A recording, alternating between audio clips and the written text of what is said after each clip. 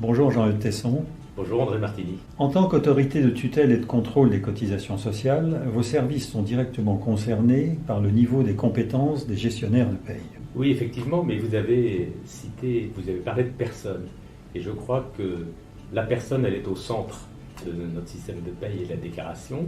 Et ce que j'ai souvent regretté, ou constaté plutôt, c'est qu'à l'occasion de contrôles, c'est bien souvent le professionnel de la paye qui est contrôlé dans son travail, avec le regard de son employeur lorsqu'il a un employeur, la sanction pour l'entreprise qui par sa faute parfois, parce qu'il a commis une erreur, peut se retrouver pénalisé, en tout cas redressé. On dit souvent à propos de l'URSSAF que c'est le pot de fer. Est-ce que les entreprises sont le pot de terre? Probablement que pendant des décennies, c'était un petit peu ça. C'est-à-dire il y avait le mur de l'administration face aux cotisants depuis un certain nombre d'années, et c'était au centre de nos récentes conventions d'objectifs et de gestion, c'est-à-dire nos plans pluriannuels.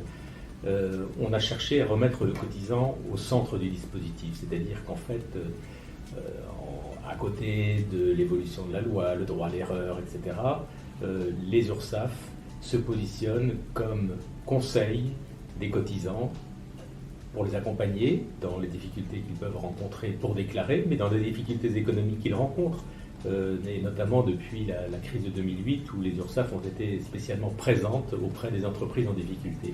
Donc aujourd'hui, les choses ont beaucoup évolué, et cette notion de rapport de force entre l'administration et les cotisants, je crois, a disparu, ou en tout cas, nous faisons tout pour qu'elle disparaisse. Que pense donc l'URSSAF d'un programme national de formation continue, de test et de validation des compétences des gestionnaires de paye? La formation des gestionnaires de paye est un élément clé du dispositif qui va permettre d'ajouter des efforts à d'autres efforts pour finalement arriver à des déclarations fiables et donc des droits sociaux respectés. Merci beaucoup.